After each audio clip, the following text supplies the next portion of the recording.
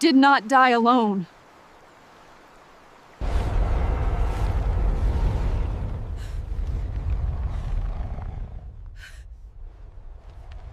Do you believe that a 43-year-old widow once buried a giant being deep in the forest?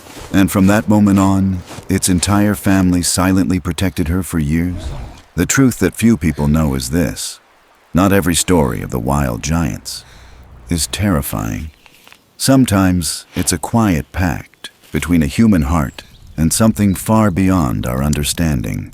This tale was recorded in Weaverville back in 1997, with multiple witnesses and details no one could simply make up. Stay with me and you'll discover why 7 towering figures gathered at the gravesite, the undeniable traces they left behind, stacks of firewood, firebreak trenches, and even the night one of them saved a little girl from the river.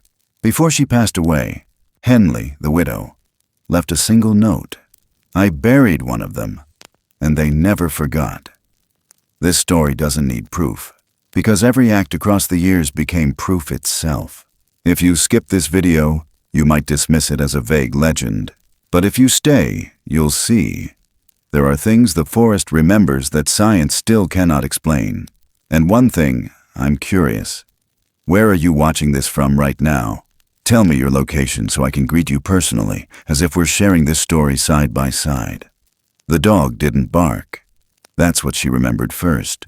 How Scout, always quick to raise alarm at deer or wind or drifting shadows, only pressed his body tight against her leg and stared toward the back of the house.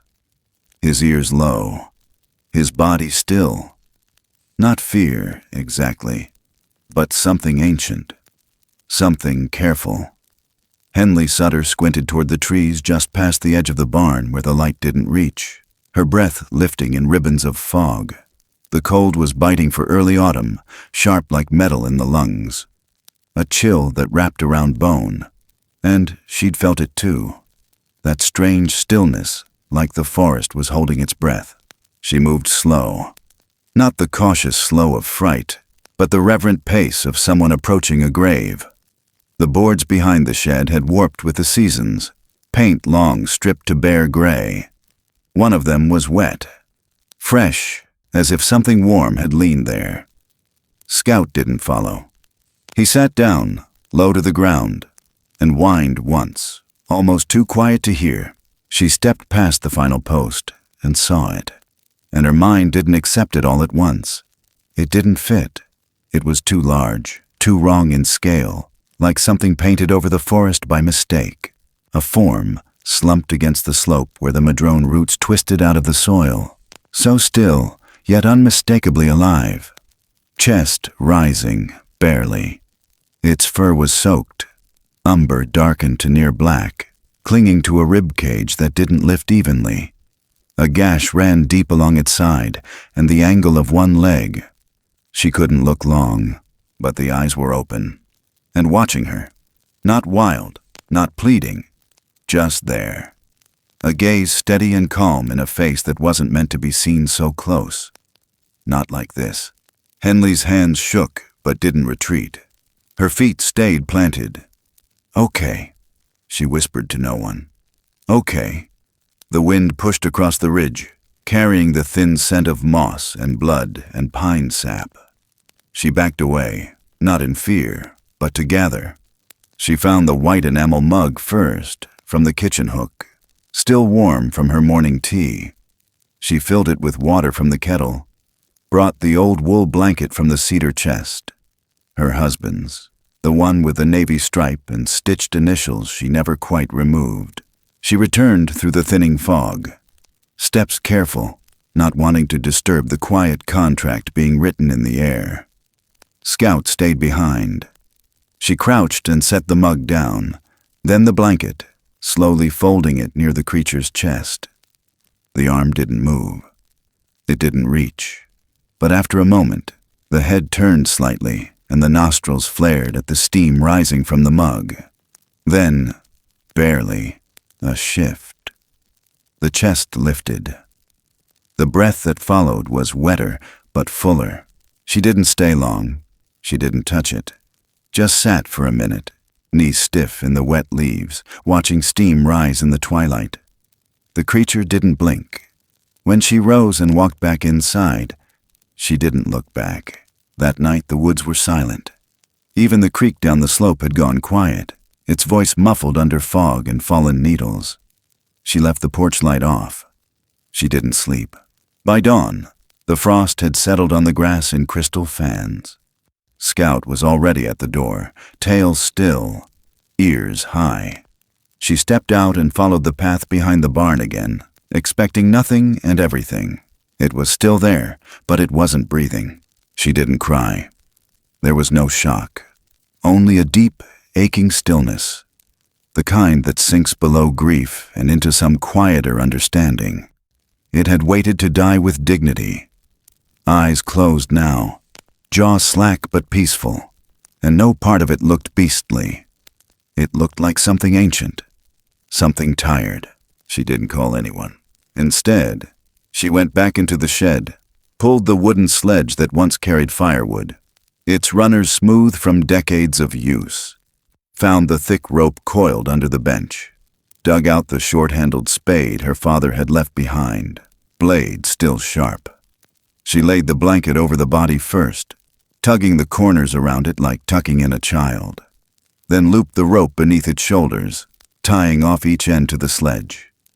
It didn't fit right. Legs hung, but she made do. The ground had softened just enough from the rain. It took her nearly an hour to pull it down the slope, her breath coming in short bursts, the soles of her boots slipping on the damp leaves. Scout padded behind, never ahead. The air was thick with the smell of wet oak and silent reverence. When she reached the old hollow near the bend in Stony Creek, where the earth dipped and pooled leaves in the fall, she stopped. The digging took longer. She used the spade first, but when the soil turned root-heavy, she dropped to her knees and clawed with her hands. Dirt caked under her nails. Her knuckles split. Mud mixed with the blood and old calluses on her palms. She didn't stop. She didn't look up. By the time the grave was deep enough, the sky had dulled into that strange autumn gold. Not bright, not dim, just endless. She rolled the form gently into the earth, as gently as one can move something that heavy, and covered it again. First soil, then stones she'd gathered. Flat ones, each placed like sealing a promise. Finally, she pulled a broken branch from the bank and swept it across the site until no shape remained. She knelt there a moment longer, breath clouding in the chilled dusk, then whispered, not for herself, not for any god she knew, but for the thing that had laid its body down in her shadow. You didn't die alone. When she turned back toward the path home, her legs trembled from the effort. Her hands shook from the cold. But she didn't look back. Not once. The forest didn't ask for farewells. She reached the house just as the last light slipped behind the ridge. Scout went in first. She paused at the gate and noticed it. The left side of the wooden gate had always leaned in, warped with time, splintering where the rail joined the post. But now it stood flush, straightened. Wedges of hand-planed wood held it firm, like a craftsman's signature left in silence. Her breath caught. She reached out, ran a finger along the grain. No hammer marks, no screws, just pressure and precision. A silent act of witness. Or maybe thanks. She didn't speak. Just closed the gate behind her, the latch clicking softer than usual, and stepped into the dark of her porch. Scout curled beside the door. Inside, the kettle still sat on the stove. She lit the burner. Steam rose again. The same white enamel mug waited on the counter, still damp from the water she'd brought to the woods. She stood there a long time, hands wrapped around it, watching the wind stir the edges of the curtain.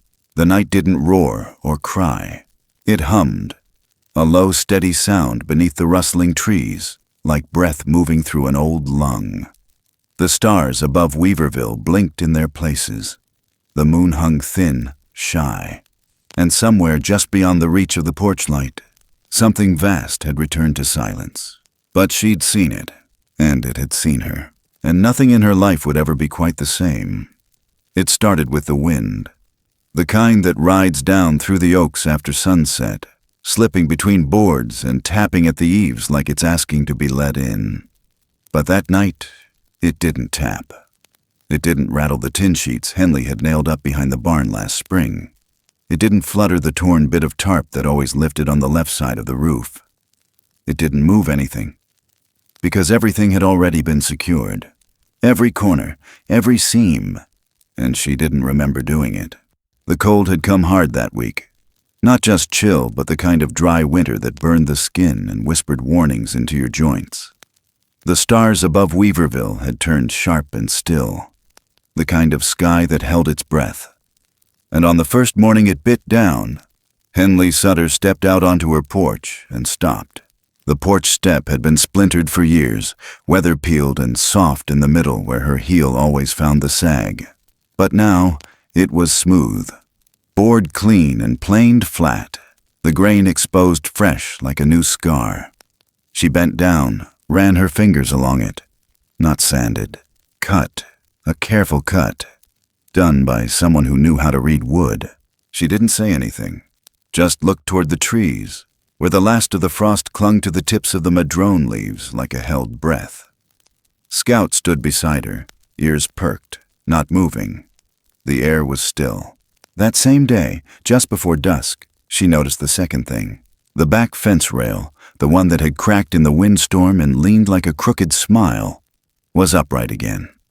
Not just jammed into place, but fixed, replaced. Same species of wood, same thickness. Smelled fresh when she ran her hand along it. She knew every board on that property. This one hadn't been there before. She checked the shed. Tools untouched. Sawdust bin still dry. No new cuts. No footprints. Just a faint warmth in the wood, like it had only recently been touched by strong hands. Not a single nail out of place. Then came the third. The pane above the kitchen sink, the one that cracked during the summer hail and never got replaced, had been covered, not with duct tape or a rag like she'd planned, but with a fitted square of wood, measured, cut, smoothed. Edges flush with the sill, held without nails. Just pressure, like a puzzle piece. Henley stood in her kitchen that night, the kettle murmuring behind her, and stared at that board. There was something reverent about it, something almost shy. She could feel it in her spine, in her teeth. Whoever did this didn't want to be seen, but they didn't want her cold either. That night, the wind picked up. The tin sheet on the east side of the house always clanged like a bell when it got strong. She waited for it. Midnight. 1, 2. Nothing. Only the sound of fire popping soft inside the stove. At 3 a.m., she went out barefoot, Scout close behind, and checked it. Not a single edge moved. Someone had secured the corners with old nails she recognized from the barn bin. Driven in tight, bent over clean, each one placed with care. She didn't dream after that. In the morning, the snow came soft and thin, just enough to dust the ground but not cover it. The kind that laid lightly on rooftops, blew off fences, and curled into the bends of tree roots. But near her porch, it was different. Flat, undisturbed. Not a single footprint. Just clean dusting, blown and smooth. Except one place, beneath the far edge of the tree line, where the pines thickened and the ground stayed dry. There, the snow had settled between 7 long depressions. Not footprints, not quite. More like paths, repeated and worn, pressed into the earth at different sizes, different widths, all pointing in a half circle toward the house but never crossing the fence line. Henley counted them once, then again. 7. She didn't speak it out loud. She didn't need to. By the third day, she started watching for it. Every time she came back from town or from the creek, something had changed. The woodpile was neater, The broom hung straighter. The nails in the porch rail had been tapped flush. Her world was being held, cared for. Not by luck, not by wind, by someone who'd made a choice. That's when Toby Pike showed up. 68 years old, voice like sandpaper rubbed across stone, and the only man in 5 miles who still used a mule instead of a truck. He didn't knock, just hollered from the gate. Henley met him halfway, wiping her hands on her coat. He held a canvas bag full of apples, said he had too many, said they were going soft, but they weren't. She could smell the crispness through the cloth. She thanked him anyway. Then he looked toward the trees, squinted into the low sun and said, "Sometimes things get done at night so we don't have to. That's all." Then he turned and left, mule trailing behind him like always. Didn't even wait for pie. That evening, as the wind started to settle and the sky turned the color of ash, she stepped onto the porch and noticed something resting on the rail. Her father's carving knife. She hadn't seen it in years. Thought it lost, maybe sold off in a box during one of the lean winters. The bone handle was worn smooth from time. The blade short and curved, oiled clean, no rust. It was sitting upright, balanced on a folded rag, as if placed with intention. As if whoever left it wanted her to know they understood what it meant. She reached for it slowly. The edge gleamed in the fading light. She turned it in her hands, feeling the weight she'd known since she was a girl. The balance, the smell of the oil. It had been cared for. She stepped back inside, closed the door with a soft click, and set the knife on the windowsill above the sink. It didn't feel like a gift. It felt like a message, a reminder. She wasn't the only one keeping memories alive out here. The next few days passed like that. Quiet. Touched. The porch stayed clean. The wind never quite reached the glass. A sense of order began to rise, not forced, but welcomed. Like an old song coming back to you note by note. Even Scout seemed to know. He'd spend hours sitting at the edge of the porch, staring out toward the woods. Not growling, just listening.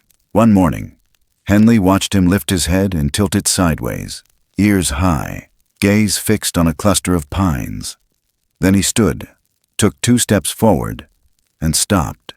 He didn't bark, didn't move again, just stared. Henley followed his eyes. There was nothing there, just trees, shadow and shape. But the air felt thicker, like it had weight, like something had just moved through and left part of itself behind. She didn't call out, didn't ask anything, just reached down, touched Scout's back, and stood beside him. And for a long while, they stayed that way. Still, present, something had crossed their world, but hadn't entered it, hadn't taken, had only mended, fixed, returned what was lost, protected what was aging. That night, before she went to bed, she stood at the back door and looked toward the trees. The moon was just a sliver, hung low, like a breath not fully exhaled, and at the very edge of the clearing, almost lost in the shadow, she thought she saw it, one branch lower than it should have been, one shape just slightly broader than the others. A suggestion, not a figure, not a face, but enough. She didn't wait to see more, just closed the door, locked it, not out of fear, but respect. The next morning, when she stepped outside, everything was still, windless, pale frost just starting to burn away from the fence rails. The mug of water she always left by the steps had been emptied, not knocked over, just gone. She walked the perimeter, boots crunching soft over the ground. No prints, no marks.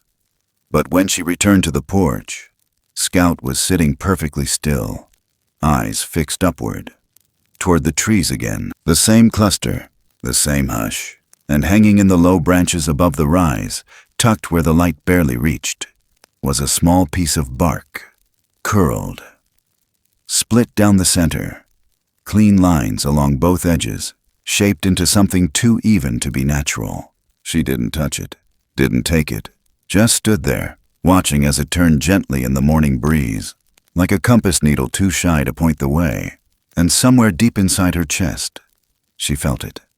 A quiet pulse of knowing, of something shared, wordless and old. She didn't call it magic, or miracle, or myth. She just called it care. And long after the sun crept above the ridge and melted the last of the frost, the feeling stayed. She wasn't alone. Not anymore. By the time the irises came up along the creek bed, Henley had stopped expecting answers. Spring had a way of softening memory, not erasing it, just easing its edges. The past 2 seasons had folded into her life like a quilt she hadn't meant to sew, each quiet change stitched by unseen hands. But this morning was different. The sky was thin with mist, low and humming with the kind of quiet that didn't belong to weather. It belonged to something waiting. She walked the same path she always did, boots sinking just a little in the wet earth, Scout trailing behind her with ears twitching toward things she couldn't hear. The air smelled like soaked moss and sap warmed by sleep. She held a cloth bundle against her chest, tied tight with old twine, still faintly warm from the oven. 2 small loaves of bread, her own recipe, dense, spiced, not meant for anyone in particular. But she knew where she was going. The trail to the hollow had become easier over time. No one told her to keep it clear, but she had. Low branches clipped, roots stepped over.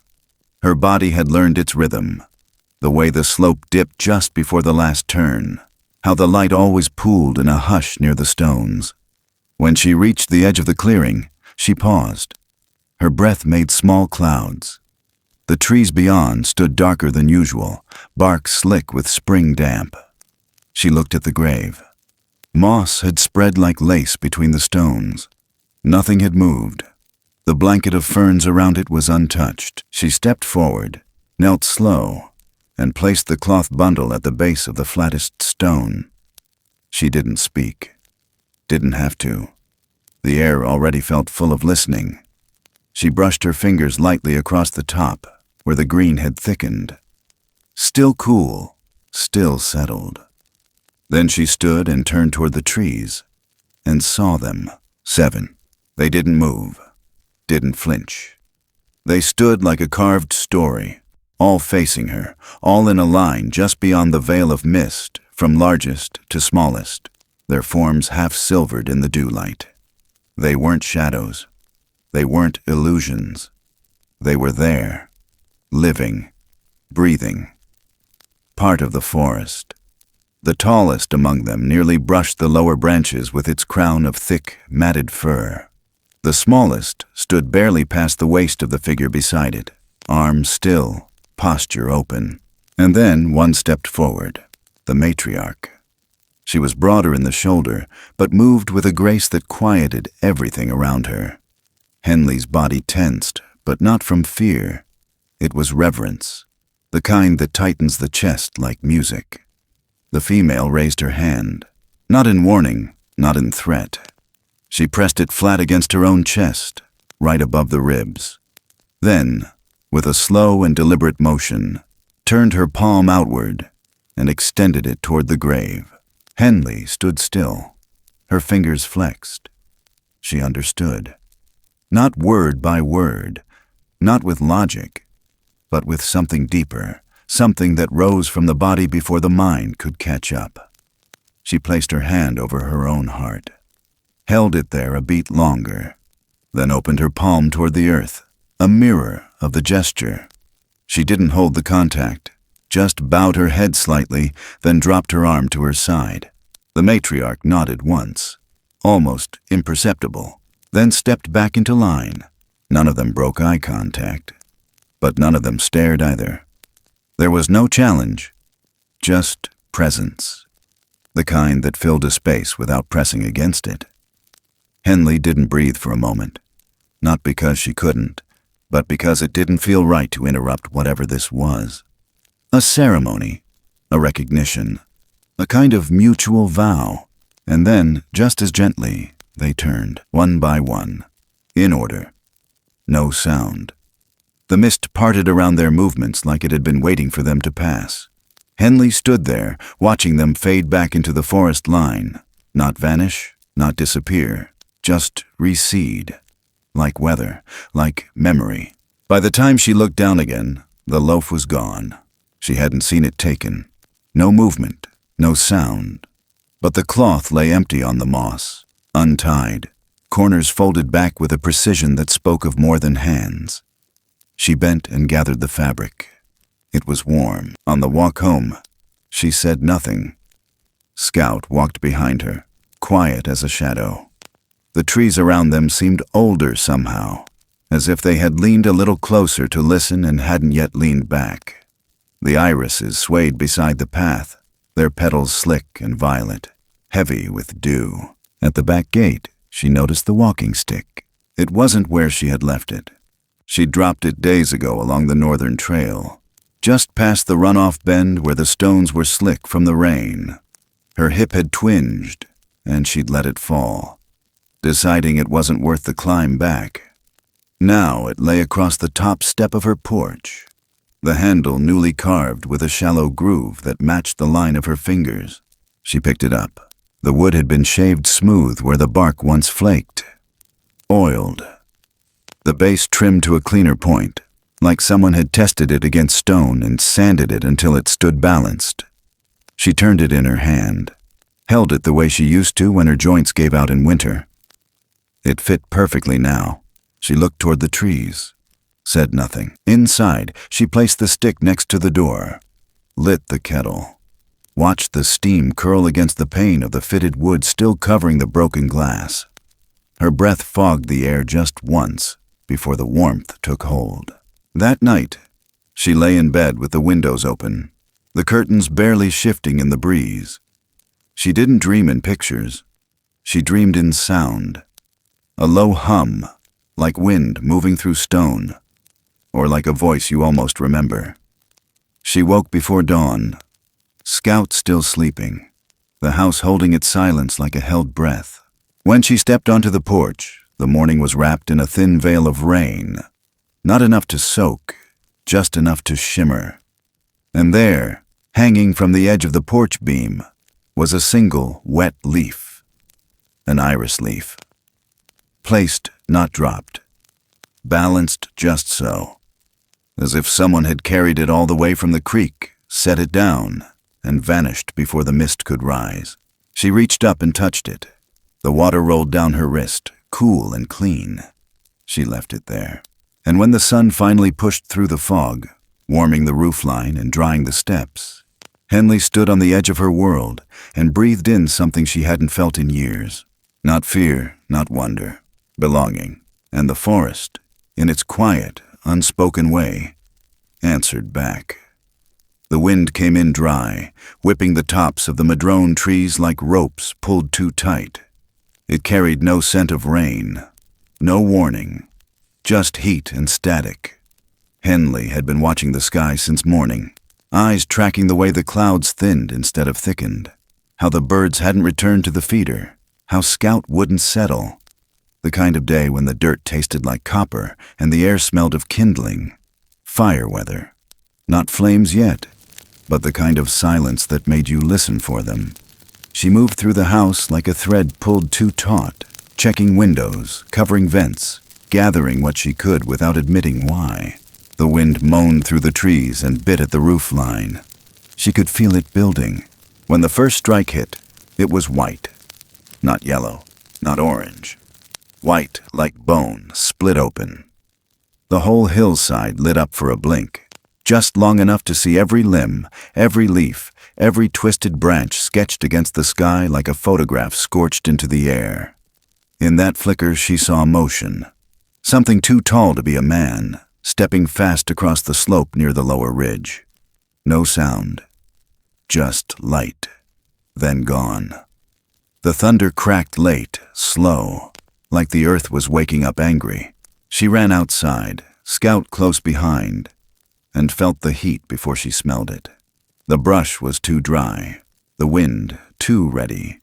She grabbed the old burlap sacks from the porch, dunked them in the water barrel, her hands shaking as she wrung them and slung them over her shoulder. She didn't know where she meant to go. only that she couldn't just wait. The flames hadn't reached the clearing yet, but the smoke told her it wouldn't be long. It clawed up over the ridge like it had teeth. She made it as far as the fence line before the wind shifted and the sky dimmed. The fire hadn't jumped the ridge yet, but it would. She stood there gripping the sacks, chest heaving, the heat pressing against her like a closing door. And then, nothing. No roar, no crackling wall of red. Just something else. Something steady. She couldn't hear it at first, not over her own breath. But then it came again.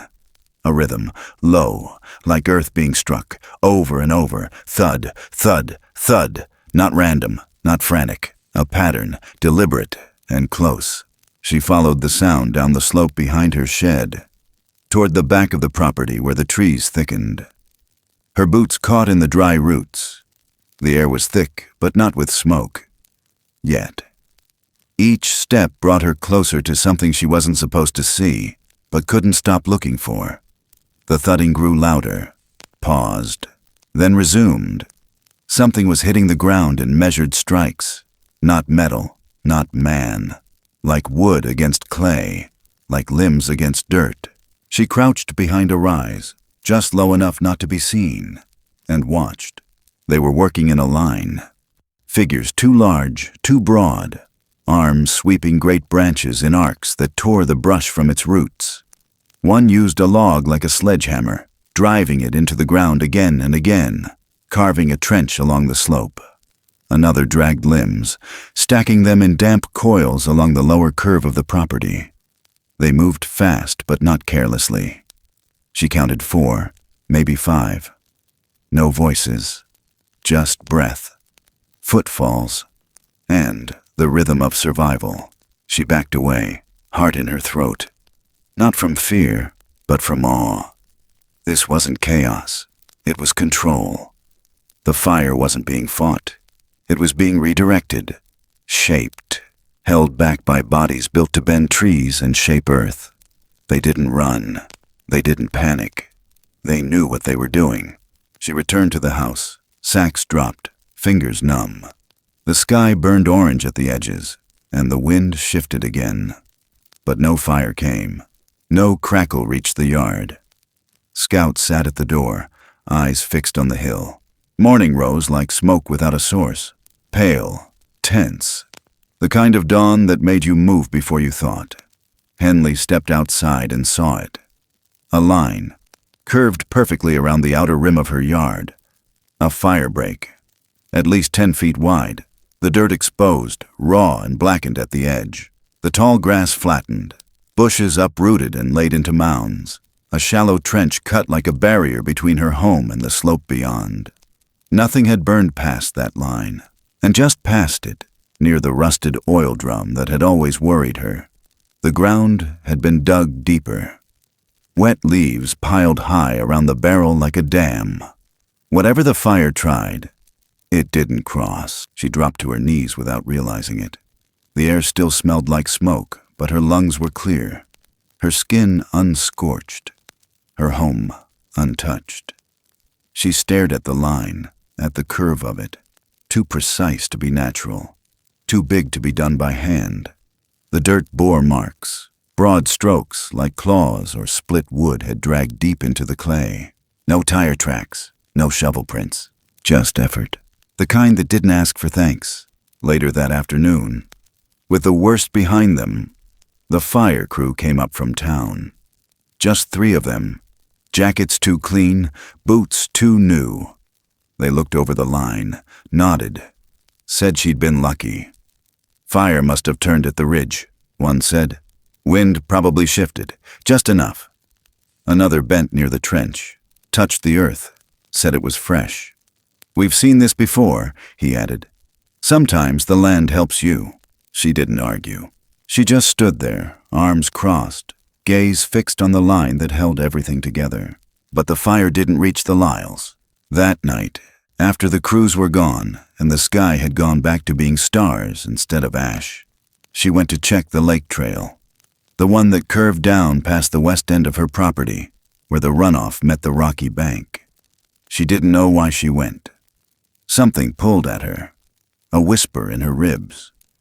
Maybe it was Scout again, ears tracking something she couldn't hear.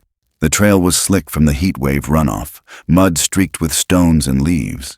At the lake's edge, the water was low, still, too still. And that's when she saw the girl, Rhea Lyle, just 10 years old, skinny legs, too fast shoes, standing too close to the ledge. Henley barely got her breath before the girl's foot slipped on the wet edge, and she went down. The dirt gave. The rocks scattered. Henley called out, but it came too late.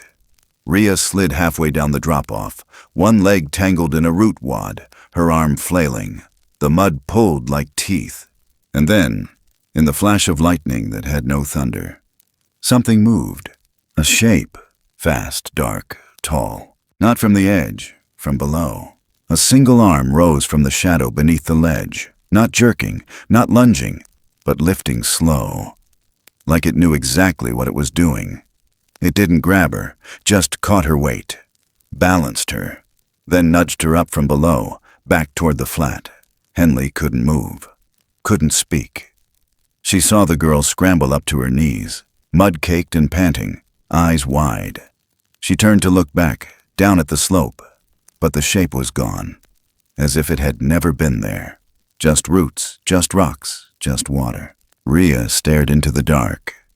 She didn't speak, just stood up and walked back toward the trail without a word. Henley watched her go, silent. Scout stayed pressed to her side. That evening, as the wind died down and the stars blinked back into place, Henley sat alone on the porch, staring at the path, wondering if it would ever feel the same again. The next morning, Rhea was seen drawing in the back of the church hall. She didn't talk much, but the picture, scrawled in charcoal and smudged with her own fingers, was of the lake, and a ledge, and a shape, wide and still, with one hand extended just beneath a falling girl. She tucked the sketch in her journal, closed it, and never spoke of it again. But the fire never came back, and the line stayed. And Henley, standing at the ridge a few days later, let her hand drift down the bark of a scorched pine and whispered, "I saw you. Not to the trees, not to the wind, but to the silence just beyond them, where effort left no name, only proof." The river wasn't supposed to run that fast in early autumn. The rain had only just begun to touch the mountains again, gentle at first, brushing the oaks with the scent of moss and change. But that morning, something had shifted. The clouds were heavy and low, the wind colder than it should have been, and the river, glass smooth 2 days before, had turned dark and quick under a sky that couldn't decide whether to pour or hold back. Rhea Lyle, 11 now and bold in a way children are when they believe the world is still full of soft landings, had followed a deer track down to the bend near the split log, where the stones ran slick and the root wads made little alcoves just under the bank. She knew the place well. It was where dragonflies warmed themselves on driftwood and minnows darted in the shallows. She didn't think twice about the river. Didn't see how it had changed, how the moss clung tighter, how the current tugged at everything just a little too hard. She stepped onto a rock that had been dry all summer. Her boots skidded. Just a little. Enough. The stone tipped. Her balance didn't catch in time, and before her mouth could shape the word help, the river had her. She hit the water with a sharp cry, swallowed by the current. Cold, deep, fast. Her arms flailed but found nothing. Her back scraped against submerged bark. She spun. The root wad loomed. She tried to reach it, but the river pulled her down, twisted her sideways, slammed her against something rough that stole the air from her lungs. The world tipped. Her feet kicked. Her throat burned. She went under. Then something changed. The water didn't feel empty anymore. It parted. Not like water moves for a branch or a rock. It moved around something. A shape, just ahead of her, upright, large, silent. The current slowed. Not across the whole river, just around her. It didn't make sense. But she wasn't thinking in sense, just in breath. and she had none. A hand, not a hand like hers, but shaped in a way her mind could name, reached through the shimmer. Not grabbing, not yanking, just open. It moved toward her chest. Steady, powerful. She couldn't fight it. Didn't want to. The river shifted again as that massive palm cradled her side and gently, impossibly gently, turned her toward the bank. She felt mud beneath her feet. Silt, pebbles. Her boots dragged. Her knees struck ground. Then air, she gasped, coughed, shook. And when she looked up, she was alone. No ripple, no shadow, nothing in the water but the echo of what had just been there. She scrambled back, palms stinging, her hair plastered to her neck, lungs still catching up. Her mind raced, her heart roared, but her voice stayed silent. She turned once, slow, toward the deeper part of the river.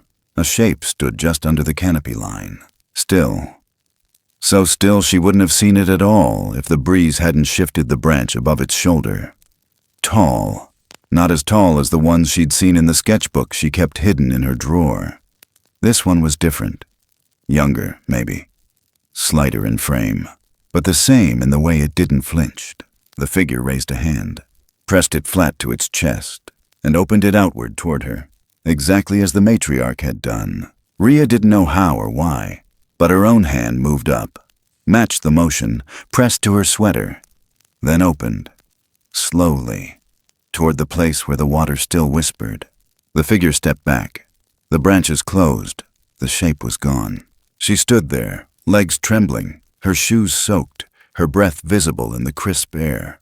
That evening she didn't say anything to her father, didn't even mention the slip. But later, when she stepped outside to bring in the towels from the line, she saw it, hanging from the fence that bordered their yard. A braid, made of river grass, woven tight, interlaced with care. Thin strands, damp but clean, and tucked within the curve. One tiny stone, still wet, glinting in the dusk like it had been pulled straight from the riverbed. Another sat just above it, wedged in the weave like a bead. She touched it. It was cold. The braid hung without a tie, balanced, like it had been placed, not left. She took it down, cradled it in both hands, then hid it under her sweater. Back inside, the house was quiet. Her father was reading by the fire, boots off, unaware. She went to her room, closed the door, opened the box where she kept the things that mattered most. The drawing of the firebreak, the charcoal of the hand beneath the ledge, a pebble from the trail near Henley's gate. She placed the braid gently inside.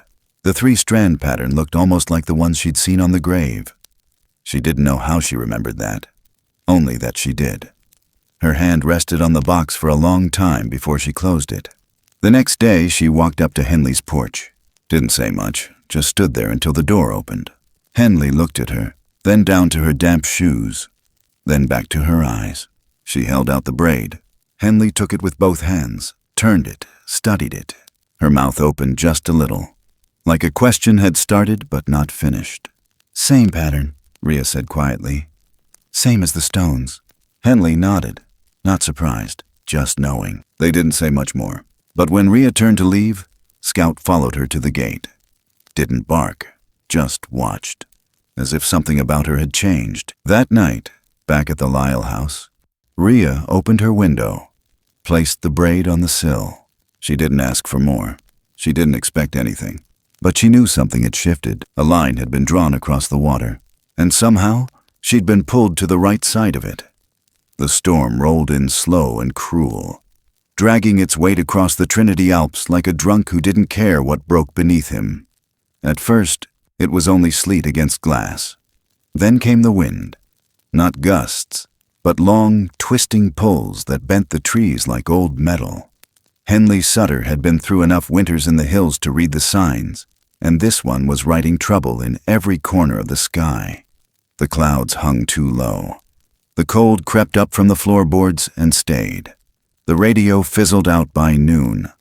By dusk, the snow had turned to ice, then back again. Everything slicked over, heavy with indecision. That's when her hip gave. It happened outside the shed. She'd gone to grab more firewood, wrapped tight in 3 layers, and still the cold had chewed through her coat like breath on glass. Scout barked once when her foot slid. Her leg kicked forward, and her body twisted wrong. She hit the frozen ground with a sound that was more breath than voice. A sharp pain burst up her side. She lay there for a long minute, cheek pressed to the earth, eyes blinking at the underbelly of the clouds. The wood she'd dropped scattered, a few pieces thudding against her ribs. She dragged herself upright eventually. One arm braced against the shed, the other gripping her hip. She made it back inside, but barely. Scout stayed at her side the whole time, whining low, ears pinned. She didn't turn on the light. Just crawled into the armchair near the stove and curled into herself like something wounded in the woods, waiting for warmth to decide if it would return. The logs in the firebox spat once and went quiet. That night, the storm deepened. Rain lashed sideways. Ice hardened on the roof like glass plates clinking in the wind.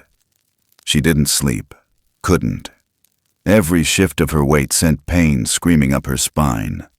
Her breath came in little trembles, and at some point, the tears just slipped out without warning. Not sobbing, just quiet salt water. The kind that rises when you've held too much for too long. At dawn, everything was still. So still it felt unnatural. No wind, no birds, no drip from the eaves. She eased herself to the window and looked out. The whole yard shimmered like it had been sealed in wax. The trees were wrapped in glass. The porch rail glittered with frost. Her wood pile sat in the corner, untouched. But something was different. It took her a moment to see it. The firewood, there was more of it. Stacked clean, bark outward. Cut ends uniform. The pile taller than it had been. Wider too. Someone had been there. While she slept, or at least while she'd been drifting in and out of that half-dreamed pain. They'd chopped, they'd split, they'd built. She pulled on her boots, slow, painful, and stepped outside. The cold knifed into her lungs, but she forced her way across the porch. Scout nudged the door open further with his head and stayed right behind her. She limped to the pile, eyes scanning the cuts. The logs had been cleaved clean, not jagged. Angles precise, all pointing one way. Whoever had done this wasn't guessing. They knew what they were doing. She looked toward the tree line. Nothing. No tracks in the snow, no drag marks. Just that same stillness pressing down on everything like a blanket made of fog. That night, she fed the fire without needing to chop. She eased into her chair, legs tucked under a quilt, and let herself breathe. The wind had started again, but softer. The kind that whispered against the walls instead of testing them. Somewhere near midnight, the roof gave a loud groan. She froze. The tin on the west side had been loose since last spring. She'd meant to fix it. Never did. Now it had torn free, clattered once, then gone silent. Rain started to pour through the gap. She could hear it, like water falling through a mouth that wouldn't close. She couldn't climb a ladder. Couldn't even lift her arm above her shoulder. So she waited, eyes open, breath tight. Morning came gray, and when she stepped outside, careful, she saw it. The roof had been patched. A flat river stone, easily 50 pounds or more, had been laid across the loose sheet, pinning it back into place. No nails, no brace, just weight and purpose. She climbed the porch rail for a better look. The stone wasn't cracked or chipped, just a natural slab, cold and wet, with something faint across the top. She leaned closer. There, in the dried mud crusted along its edge, were 3 lines. Parallel, narrow, like a braid pressed into the earth and lifted again. The same pattern from the grass braid Rhea had found. The same from the stones on the grave. A language, not written, not spoken, but left. She pressed her fingers to it. Let them rest there. Deputy Wardell Price came by that afternoon. Just his old Jeep cutting up the slush-covered road. tires spinning slow. He always made the rounds when storms hit hard. Henley met him at the porch, leaning on the walking stick Rhea had found months before. He asked how she'd fared. She lied, gently. Said the tin came loose, but it held. He looked past her, toward the slope, then at the stone. Didn't ask. He tilted his hat back, scratched the back of his neck, and muttered, "Hard thing, living this far out." She nodded, said nothing, but then he looked again. Just a little too long, toward the trees. "I thought I saw something," he said, almost to himself. "Last night, on the far ridge, about 10 feet tall." Henley held her breath. He turned back, gave her a long, unreadable look. "Could have been trees," he added. "Could have been shadows." She watched him, waited. He reached into his coat pocket, pulled out something small, held it in his palm. It was a wind chime, but not the kind you find in garden shops. No metal, just smooth cedar, carved and strung with twine. Each piece hung vertical, spaced perfectly, so that the breeze would pass through without making a sound. He set it on the railing. Didn't explain. "Sometimes," he said, "it's better to warn them than try to chase what don't want to be chased." Then he tipped his hat again and walked back to his Jeep. Henley stared at the chime, ran her fingers over the edges. No marks, no name, just the soft scent of clean wood. That night, she hung it near the gate, low enough to be seen, high enough not to catch wind. It didn't ring, not once, but Scout sat near it for hours, watching the trees. And when the cold pressed in again, sharper now, deeper, Henley didn't light the fire right away. She waited, listened, and then she heard it, far off, the sound of an axe. Not steel, not metal, just rhythm, a beat in the dark, keeping her warm. By the time the soil warmed again and the frost stopped clinging to the porch railings, something in Henley had changed. Not in a way she could name, not anything she would say aloud, but it was there, in the way her hands trembled more than usual when she reached for the kettle, in how her breath caught when she tried to tie her boots, in how sleep no longer came fully or left cleanly. The cold had done something to her bones, and the storm had left behind a deep, humming ache in places she hadn't known could hurt like that. There were mornings when she could barely grip the teacup, afternoons where her hands fumbled the latch like a child's, and nights she'd stare at the ceiling, listening to the wind creak across the rafters, and wonder quietly if she'd made it through the worst of it, or if the worst was only waiting for her to believe it was done.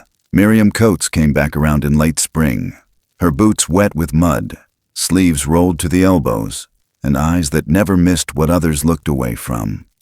She had been the part-time nurse at the clinic in town before the budget cuts, and now she ran check-ins when she could, mostly out of pocket, mostly out of kindness. She didn't ask to come inside, just tapped lightly on the door frame and waited until Henley answered with a nod. Scout didn't bark, just shifted to one side, as if he knew this was someone who meant no harm. The house smelled of old wood and something faintly bitter, like steeped bark or scorched tea. Miriam noticed it as soon as she stepped in, but didn't mention it. Instead, she followed Henley to the table, helped ease her into the chair, and began unpacking her bag in silence. The usual tools: cuff, thermometer, notepad. Henley watched her without speaking. "You're thinner," Miriam finally said, voice gentle but not pitiful. Henley didn't answer. "You're not sleeping." Still no answer. "You've been mixing something," she said, looking around the kitchen. "That smell isn't just tea." Henley blinked slowly, then gestured toward the ceramic jar near the window. Miriam opened it and inhaled.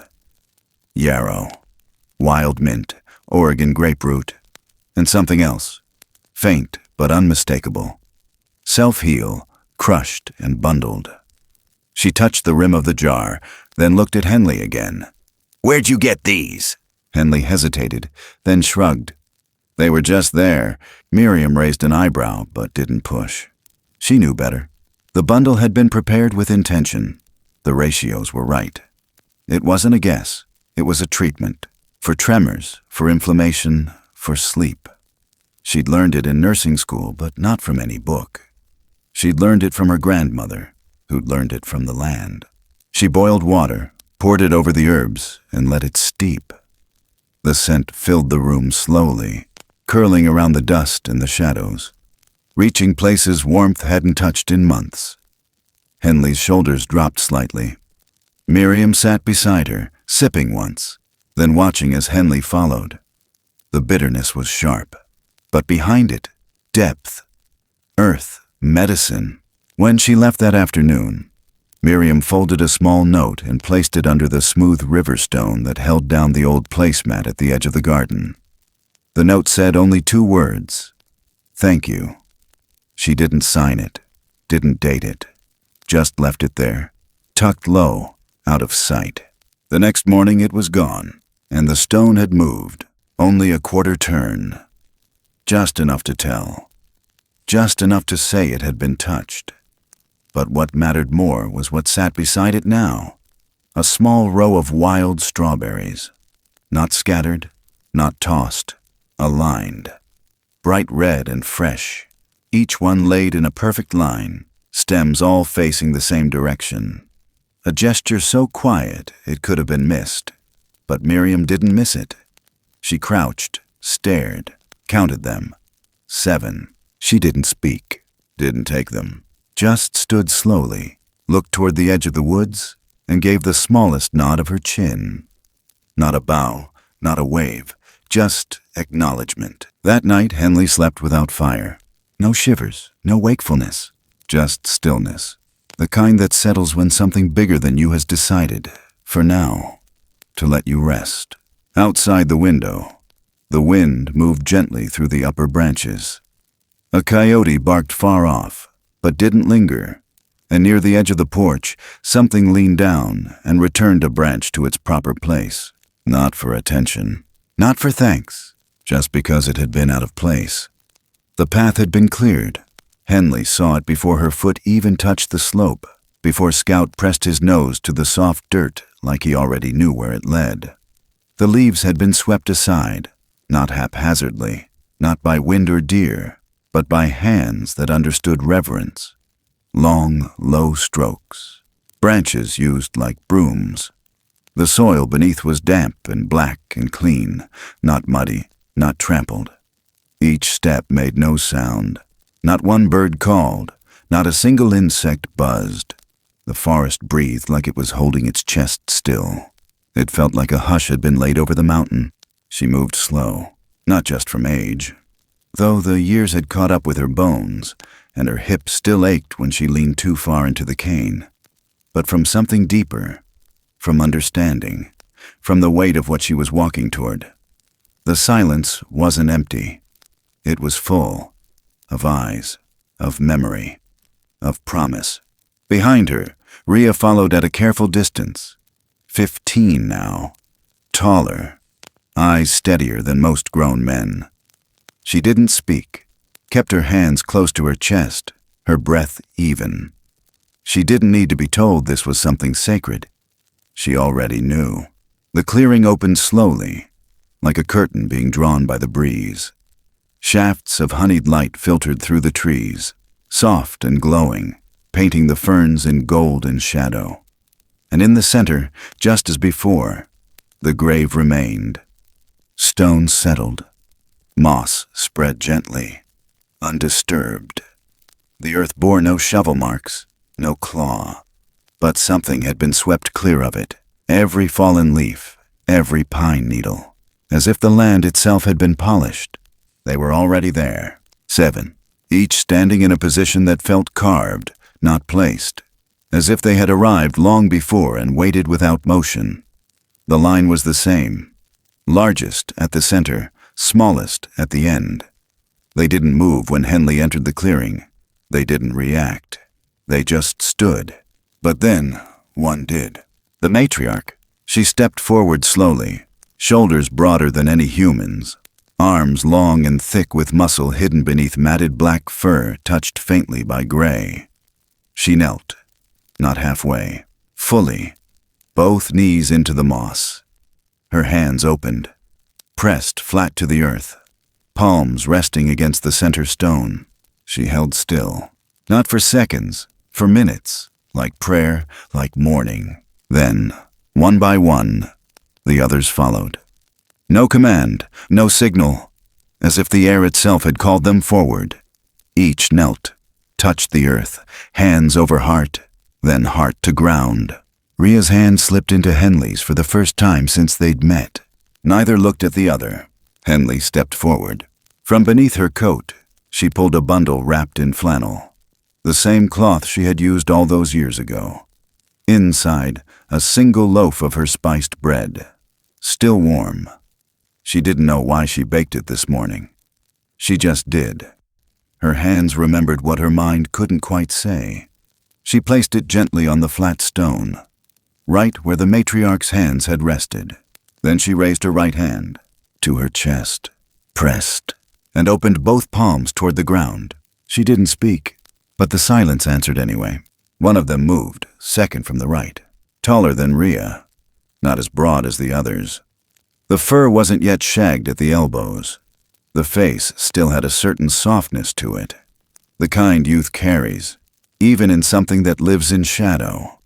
He stepped closer to the matriarch, stood beside her, didn't kneel, but he stayed, close, as if taking a place, not through inheritance, but readiness. The matriarch stood, slow and firm, and rested one massive hand on his shoulder. No words, no gesture, just the weight of recognition. Then all of them turned, one after another, into the trees. Not rushed, not dramatic, like weather passing, like fog pulling back from the river. Henley didn't follow them with her eyes. She looked down, watched the loaf sit in the last of the light, steam curling up into the golden hush. When she turned to leave, Ria stayed behind a beat. She knelt, clumsy, still learning, pressed her hand to the moss, then stood. They walked back in silence, near the edge of the clearing, just as the light began to turn soft with the coming dusk. They passed beneath the old cedar that arched over the trail like a gate. Something hung from it, a braid, but different from before. This one was thicker. 2 long strands twisted down the center, and at each end, tufts flared outward, not in loops or knots, but in brushes, like tassels. It swayed gently, even though no wind moved. Henley touched it, didn't take it down. Not everything was meant to be held. Back at the gate to her cabin, she paused. The wooden frame she'd hammered together years ago still stood crooked, weather-worn and patched with old putty. But now something had changed. Across the top beam, something had been fixed. The place where it had split during the winter had been joined. Smoothed, not by glue, by wedges of freshly shaved wood. Wedges with edges too fine for human hands. Wedges set without nails, without tools. She ran her fingers across the surface. It was warm. Inside, the house felt different. Not lighter, not safer, just fuller, like something had finally settled into place. She walked to the desk, pulled out a fresh page. No lines, no ink smudges. She wrote, "I buried one of theirs," and they never forgot. Then folded it, tucked it deep into the drawer, beneath old receipts and scraps and the last letter from her sister that she'd never answered. That night she didn't light the porch bulb. And yet, when the moon rose high and full, and the trees cast long shadows across the yard, a figure passed the edge of the clearing. The light from the house didn't reach it. But the moon did, just enough to catch the slope of a shoulder, the turn of a head, the glint of watching eyes. It didn't step forward, didn't linger, but for a moment, it was there. And when it left, the air behind it didn't feel empty. It felt remembered. The porch bulb stayed dark, and Henley let it. In a world that often forgets to listen, sometimes it's the quietest bonds that speak the loudest. Somewhere beyond the reach of headlights and headlines, something ancient still walks among us, not to frighten or to conquer, but to remember, and to remind us. Remind us that dignity can live in silence, that care doesn't need to be announced, that kindness isn't always grand or loud. It can come in the form of a mended gate, a loaf of bread left behind, a branch placed gently back where it belongs. It's in the spaces between words, in the gestures that ask for nothing, in the presence that stays long after footsteps fade. The deepest truths, the ones that shape who we are often passed not through speech, but through action, through time, through grace. There are lives lived in shadow, not because they are hiding, but because they choose not to interrupt. And maybe the greatest act of trust is not in what we show to the world, but in what we protect, quietly, with our hands, with our memory, with our silence. Some stories aren't meant to be solved. Some truths are meant to be felt, not proven. Not every mystery exists to be unraveled. Some simply ask to be respected. When we strip away the noise, the fear, the need to explain every corner of this earth, we begin to see again. We begin to feel the pulse of something older, something shared. We see that gratitude doesn't always wear a name. That love, in its truest form, often leaves no footprint, just the echo of its passing. What we choose to honor in private may be the most sacred thing of all. And so, if this story has stirred something quiet in you, something you don't quite have words for, maybe let it stay. Let it linger. Let it walk beside you a little while longer. Let it remind you that not everything good needs to be loud, to be real. And not everything that's real demands to be seen. Thank you for spending this time with us, for sitting in the stillness and allowing a small truth to settle in. If this story found a place in your heart, we invite you to share your thoughts in the comments. Your reflections matter. Subscribe to the channel for more stories that live where words often fall short. And if you'd like to walk with us again, don't forget to follow along. Some paths are better when traveled together.